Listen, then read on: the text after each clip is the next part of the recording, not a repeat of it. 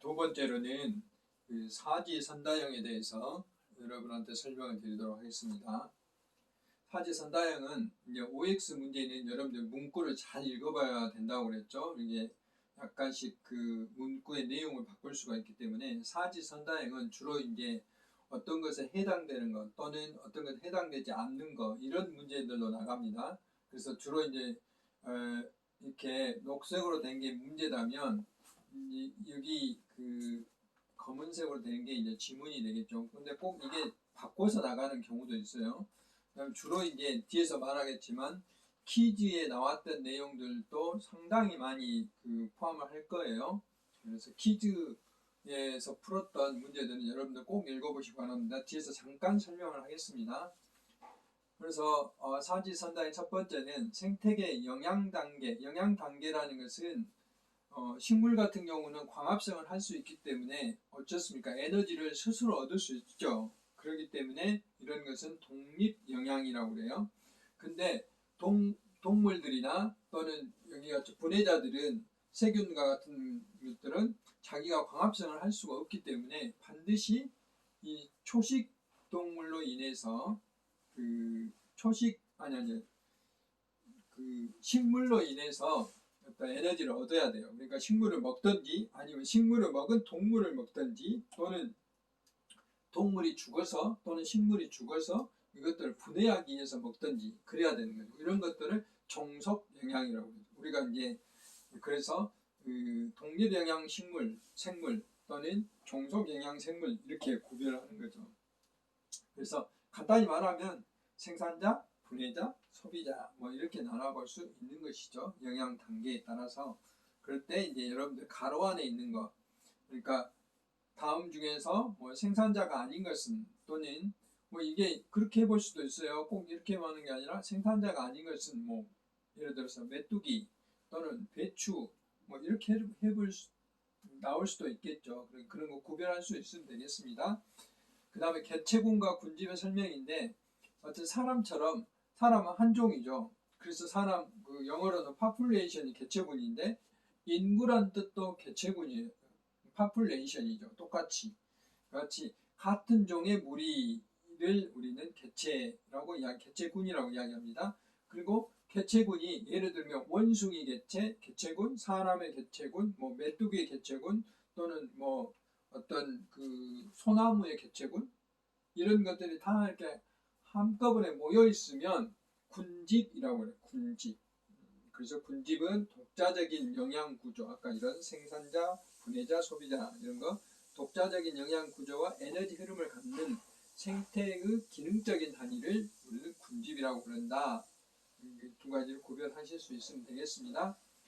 그 다음에 강의 시간에 했던 미국의 옐로우스톤에서 늑대가 그 시사하는 생태계 의미는 무엇인가 하는 건데 갑자기 늑대가 이제 사라진 것이죠. 그러니까 먹이 사슬에서 어떤 하나의 계층이 이렇게 사라지게 되면 그 이후뿐만 아니라 전체적인 그 생태계에 영향을 미친다 하는 것을 말합니다. 그래서 다시 이제 사슴을 들어오자 항상 그 다시 회복되지는 항상성의 의미를 보여준 사례다라고 이제 우리 말씀을 드렸습니다.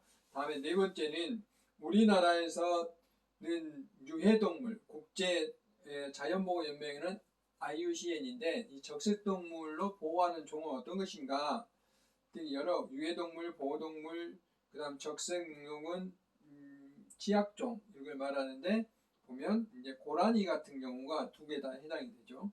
고라니는 우리나라에는 굉장히 흔해서 농작물을 해치기 때문에 유해동물로 이렇게 지정이 되어 있는데 국제자연보호연맹에서는 중국의 일부하고 아주 조그만 일부하고 우리나라에만 살고 있기 때문에 만약에 어떤 뭐 코로나 같이 사람처럼 어떤 그 감염병에 걸리게 해서 일시적으로 고라니가 이렇게 죽게 되면 멸종이 처할 수 있다 하는 것이죠. 그래서 보호종입니다. 그 다음에 지표생물법이라는 것은 이제 앞에서 설명드렸죠. 이거는 저기 OX 문제에서 그래서 환경 상태에 따라 독특한 서식 환경을 보여서 이들이 생물을 이용해서 환경 상태 평가하는 방법 이런 것을 이제 지표생물법이다라고 했죠. 이렇게 중복되는 것은 이렇게 간단한 것은 아마 여기보다는 OX에 나올 수 있는 가능성이 많겠죠. 그 다음에 주어진 문제에 따라서 고르는 사지선다형의 계속해서 6번째는 생물 다양성 또는 종보종의 목적. 생물 다양성이나 종보종 목적, 제가 굉장히 여러 번 설명을 했어요. 가장 중요한 것은 유전적인 다양성을 확보해서 그 생태계가 건강하게, 그러니까 멸종이 일어나지 않도록 하는 거예요. 그러니까 유전적 다양성을 확보해서 국가의 천연 자원을 보존하는 게 가장 큰 목적입니다. 그 외에도 우리가 이제 생물들이 사는 공간하고 생물들이 살지 않는 공간하고, 우리가 아스팔트로 쫙 깔려있는 이런 공간보다는 잔디가 깔려있다든지, 그 다음에 거기에 아름다운 숲이 보인다든지 호수까지 있다든지 이러면 경관이 굉장히 좋잖아요. 그런 심미적, 정서적인 안정, 이런 데 이제 굉장히 중요하고, 그 다음 평등한 생명권, 그러니까 사람만 잘 살아서는 안 되고 다양한 생물들이 한꺼번에 잘 살아야 된다는 것이죠. 최근에 코로나 바이러스도 그런 이야기를 많이 하잖아요. 우리 사람들이 너무 많이 자연을 해치다 보니까 그런 자연계에서 사는 그런 야생 생물들이 더 이상 갈 곳이 없어서 사람하고 자주 접촉을 하다 보니까 이런 인수 공통 전염병이 만들어서 사람들이 요즘 여러 가지 어려움을 겪게 되는 것이죠. 그 다음에 이제 이런 생물로부터 식량이나 항암제가 직접적인 이익을 취득하고, 그 다음 토착종의 가치가 이제 확보됐다든지 이런 것들이 중요 보존의 타당성이 되겠습니다. 그 다음에 생물 다양성의 유형은 크게 세 가지로 구분된다 했죠. 우리가 이제 흔히 말하는 게 종이 다양성, 여러 종이 사는 거. 같은 종일지라도 무당벌레처럼 점의 숫자가 다르다든지 색깔이 다르다든지 이렇게 다양한 유전자를 가지고 있으면 그만큼 건강한 어떤 개체군이 될 수 있고 건강한 생태를 유지할 수 있는 거죠. 생태계 다양성이라는 것은 서식지가 굉장히 다양한 거죠. 뭐 숲이 있고 초지가 있고 뭐 하천이 있고 뭐 여러 가지 다양성이 있잖아요. 우리가 뭐 하천, 물이 흐르는 하천의 생태계하고 나무가 많이 숲이 우거진 생태계가 완전히 다른 생태계잖아요. 이런 생태계가 다양하게 유지되어야 지구의 생태계가 건강하게 유지가 될 수 있다라고 이야기를 할 수가 있습니다.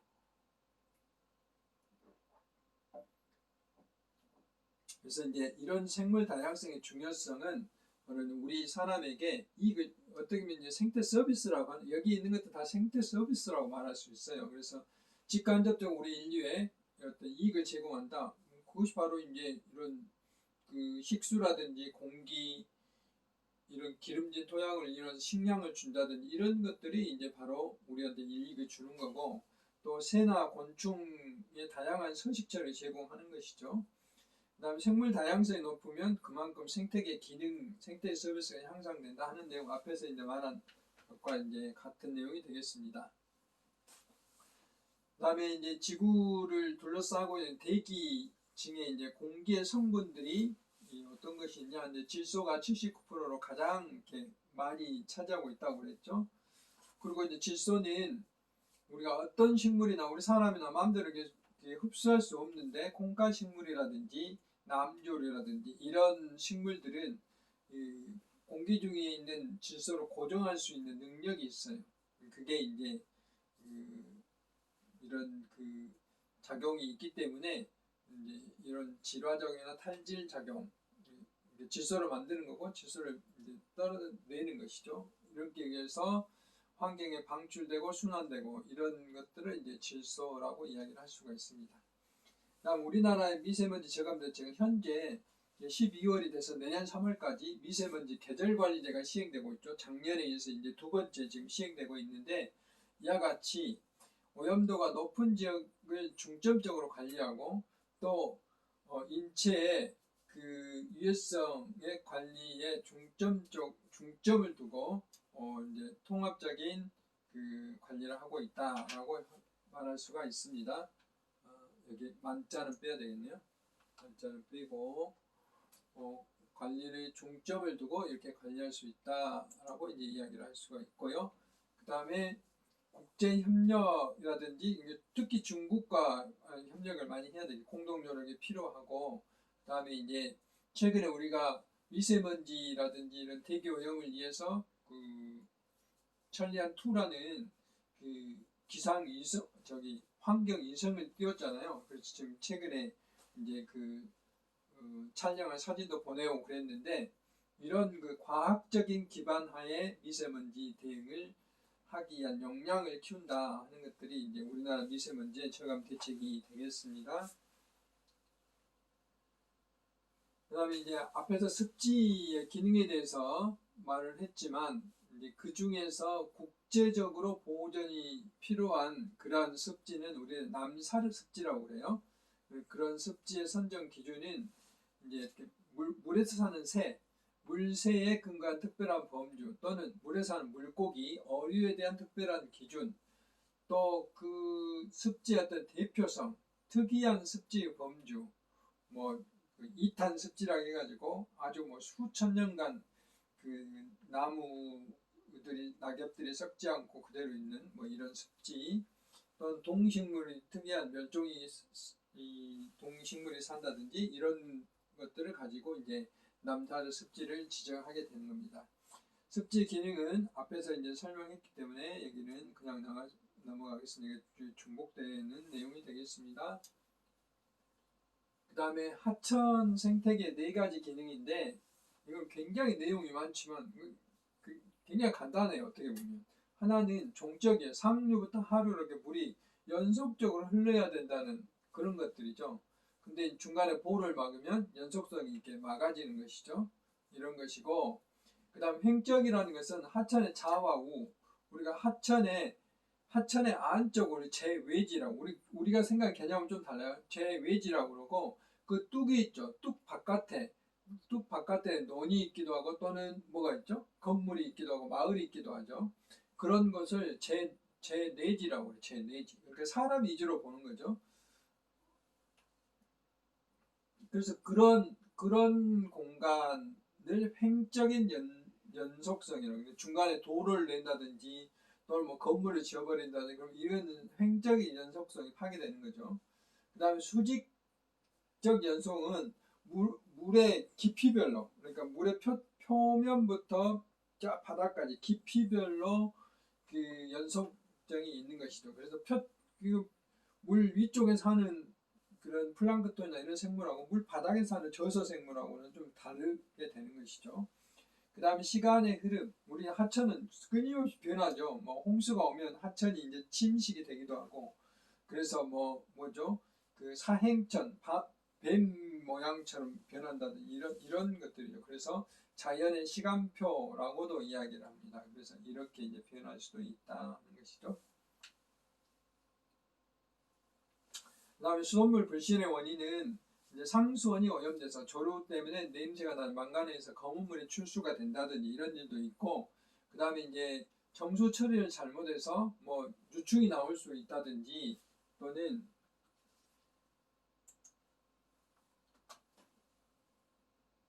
유충이 나온다든지, 또는 이제 뭐 모래가 출수된 이런 문제가 있을 수도 있고요. 2차 공급 과정에 그러니까 녹물이 나온다, 붉은 수돗물이 나온다든지, 그 다음에 이제 이거 외에도 뭐 막연히 그동안에 하도 매스컴에서 이런 뭐 수돗물이 안 좋다라는 이런 이야기를 들어서 불신하는 경우, 이런 경우도 있어요.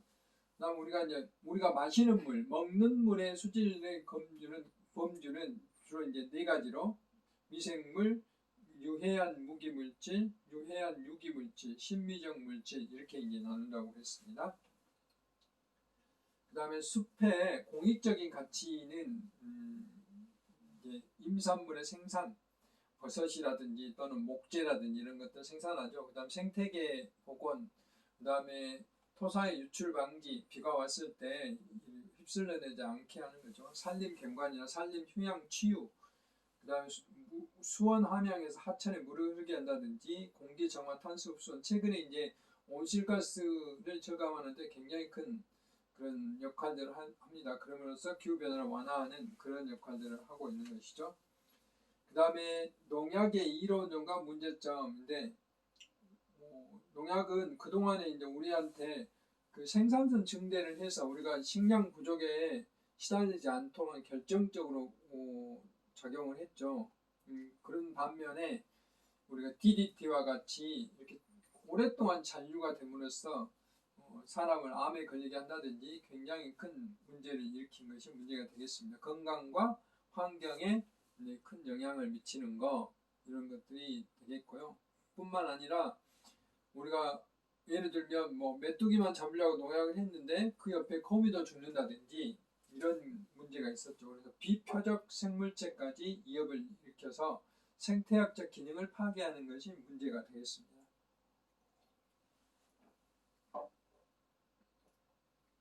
바다, 해양 생태계의 역할은 이 해양은 우리 지구의 생물권에 있어서 굉장히 중요한 역할을 이루고 있고 세계 생물 서식지의 약 90%를 차지하고 있어요. 뿐만 아니라 거대한 물을 담고 있기 때문에 지구의 기후 조절을 하는데도 굉장히 큰 역할을 하고 있죠. 그래서 태평양의 바다의 온도가 높냐 낮냐에 따라서 뭐 나니아나 뭐 이런 것들이 일어나서 뭐 태풍이 일어나기도 하고 기후변화, 가뭄이 일어나기도 하고 굉장히 많은 기후 영향을 일으키죠.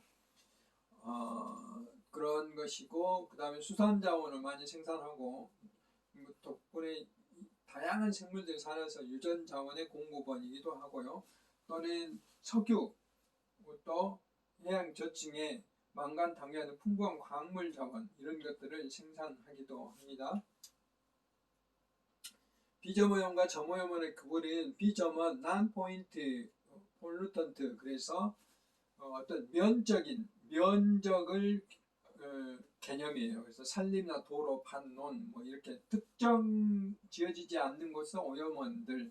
그다음 점오염원은 공장이나 가정, 사무실, 하수처리장 같은 이렇게 점. 우리가 이제 지도를 보면 그 까만 네모라든지 또는 점이 찍어져 있잖아요.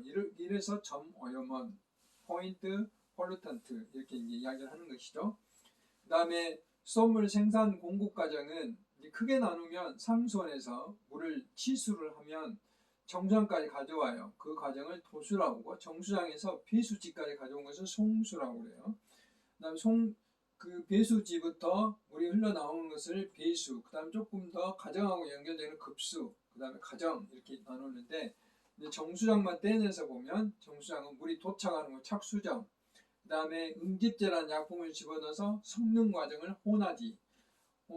그 혼화제 섞은 약품과 물속에 들은 입자들이 뭉치게 하는 것을 응집지, 뭉친 것을 가라앉게 하는 걸 침전지, 미처 가라앉지 못하는 것을 걸르는 작업을 여과지, 염소, 소독을 하는 것을 소독이라고 하죠. 소독이 끝나면 이제 깨끗한 물을 보관하는 것을 정수지라고 해요. 정수지에서 나가면 어디로 가죠? 송수가 돼서 배수지로 가는 거죠. 송수가.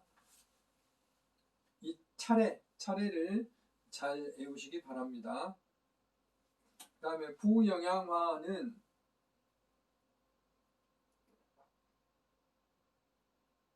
호수에 또는 하천에 질소나 인 같은 이런 영양 성분들이 많아지는 걸 말해요. 그러니까 그 비료 성분이 많아지는 것. 그렇게 되면은 플랑크톤인 조류가 광합성, 이게 광자가 빠졌네요. 뭐 합성이라 해도 상관은 없는데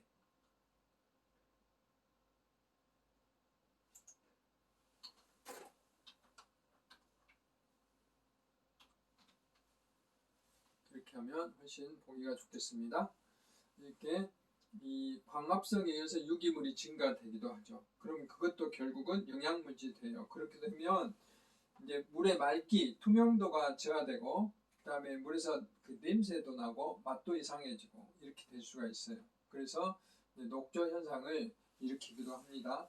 그다음 마이크로바이옴에 대해서는 그런 건 알겠죠. 우리가 식물의 뿌리를 뽑아보면 그 현미경으로 보면 그 안에 수많은 균사체들이 들어있다고 그랬죠. 그게 식물과 한 몸이라고 그랬죠. 그다음 우리 사람의 장기, 창자 안에 보면 장 안에 보면 수많은 미생물들이 살고 있는데 특히 유산균과 같은 이런 유익한 미생물들이 없으면 사람이 살 수가 없다고 그래요. 그래서 기주 생물과 뗄래야 뗄 수 없는 동식물 생태계 핵심 구성원, 이런 것들을 우리는 마이크로바이옴이라 합니다. 그래서 우리가 프로바이오틱스 같은 유산균 제제를 먹기도 하죠. 건강식품으로. 그 다음에 남조류는 다른 말로 남세균이라고 하는데, 초기에 지구 형성하는 귀한 조류다. 이게 이제 그 광합성을 함으로써 산소를 많이 발생을 시켜서 지구가 생물들이 살 수 있는 어떤 공간으로 만들어지는데 결정적인 역할을 하는 게 남조류다라고 이제 말씀을 드렸습니다. 그 다음에 역간척은, 간척이 이제 그동안에 우리가 땅을 넓히기 위해서 계속 간척을 했는데, 우리가 갯벌에 대한 어떤 중요성을 잘 몰랐을 때 그랬어요. 자연의 콩팥이라는 어떤 별명처럼 갯벌이 굉장히 중요한 역할을 한다고 그랬죠. 그래서 이런 경제적인 갯벌 자체가 경제적인 가치 간척보다 훨씬 더 크다는 걸 알게 돼서 충청남도를 비롯해서 이런 곳에서 육지화된 곳을 다시 갯벌로 복원하는 역간척이 일어나게 됩니다. 이런 것들을 역간척이라고 그랬고, 벨라스터는 이제 다른 나라와 우리나라 간에 선박이 이게 왕래를 하는데, 짐을 실었을 때하고 짐을 실지 않았을 때하고, 짐을 실었을 때는 배가 평형을 유지하도록 안정이 되어 있기 때문에 물을 집어넣지 않는데, 이제 이게 하적을 하고 짐을 실지 않았을 때는 거꾸로 물을 채웁니다. 그래서 선박이 안정하게 항해를 할 수 있도록, 이런 것들을 선박 평형수라고 그러는데 벨라스트라고 그럽니다. 그러다 보니까 그 물을 이게 집어넣었다 또 바다로 배출했다, 이런 과정을 반복하다 보면은, 예를 들어서 중동 지방에 있었던 그런 바다 생물들이 우리나라 부산이라든지 여수에서 발견된다 이 말이죠. 이런 생태적인 어떤 유입이나 이동에 영향을 하는 게 바로 이제 벨라스트다라고 이야기를 할 수가 있습니다. 그다음 우리나라 2007년도 12월 7일 날에 서해안 태안인 앞바다에서 굉장히 큰 원유 유출 사고가 났는데, 이런 사고에 대한 개념을 여러분들이 이해하시면 좋겠습니다. 그 다음에 하수 처리 방법은, 상수 처리는 일반적으로 물리적 처리와 화학적 처리가 주인데, 하수 처리는 일자적으로는 가라앉히는 고용물, 큰 쓰레기 같은 걸 제거하는 물리적 처리이고, 2차 처리는 거의 미생물에 의한 처리라고 그랬죠. 그래서 미생물에 의해서 분해가 되기 때문에, 유기물을 분해하기 때문에 2차 처리는 생물학적 처리. 근데 최근에는 여기까지만 처리하다 보니까 유기물은 분해가 되는데 질소나 인 같은 이런 비료 성분들은 제거가 안 됩니다. 그래서 이걸 제거하기 위해서는 상수도처럼 약품 처리를 하게 되는데, 그걸 고도 처리라고 그럽니다. 그래서 탈인, 탄, 질소, 인을 빼내고 질소를 빼낸다는 그런 말입니다. 그다음에 남사르 습지에 대해서는 앞에서 설명을 했는데요. 여기서 이제 우리나라에 대한 설명을 조금 부연하면은, 남사는 이란에 있고요. 우리나라는 97년도에 101번째로 가입을 했고, 1호로서 대얌산에 있는 용룹, 앞에서 설명을 나머지는 드렸고요. 참고하시면 되겠습니다.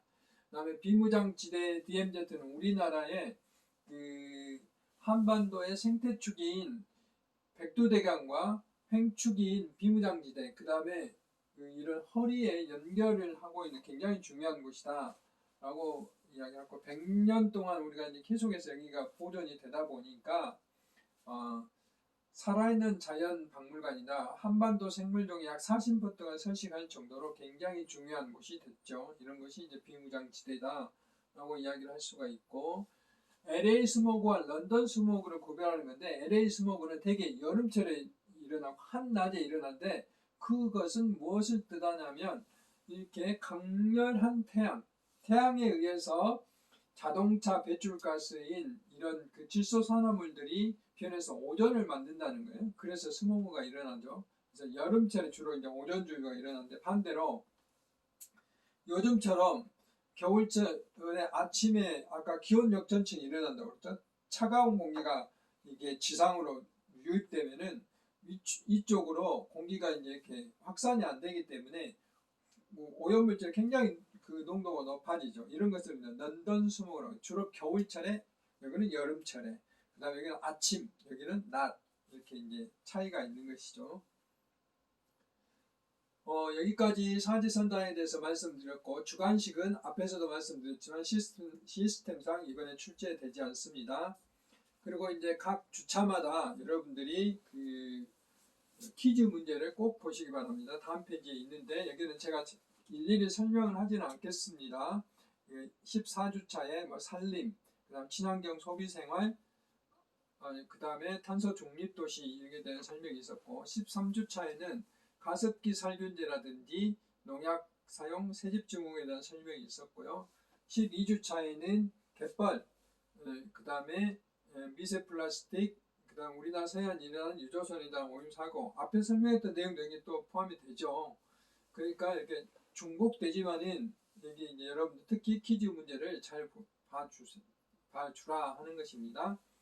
그 다음에 11주차, 그 다음에 10주차, 그 다음에 9주차가 있고 지금 이렇게 화면이 막 넘어가는 것은 제가 그 PPT로 녹음을 해서 거기다 교환했다 넣어놨기 때문에 그래요. 근데 다시 지금 동영상으로 촬영을 하고 있어서 막 넘어가는 거예요. 이해하시기 바라고. 9주차에는 이제 습지의 기능 앞에서 설명했죠. 그 다음에 호소에 일어난 부영양화 현상과 관련된 거, 하천의 기능의 중요성은 어떤 것들인가 이런 것들이 이제 앞에서 설명한 것들이 여기 반복돼서 나오죠.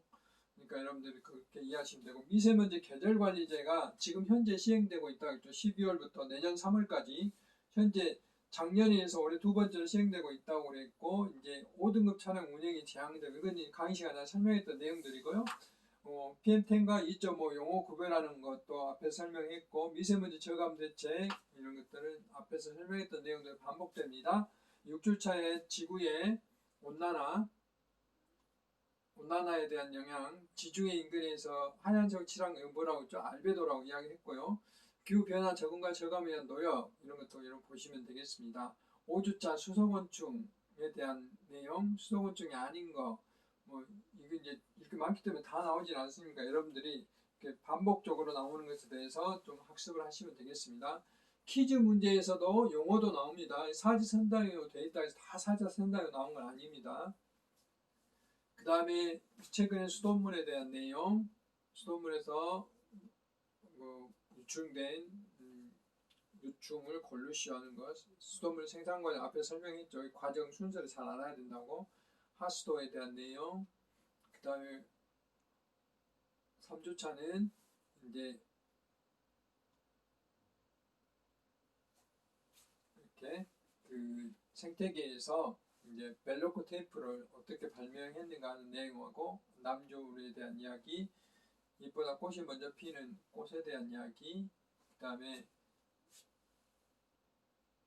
2주차에서 생태계에 대한 이야기, 그 다음에 1주차는 전반적인 강의 소개에 대한 이야기 이렇게 말씀을 드렸습니다. 그래서 다 설명을 드렸고요. 12월 15일 날 화요일 날 오후 1시부터 50분간 그 비대면으로 기말 시험을 봅니다. 그래서 여러분들 그 시간 꼭 그 기말 시험을 봐주시기 바랍니다.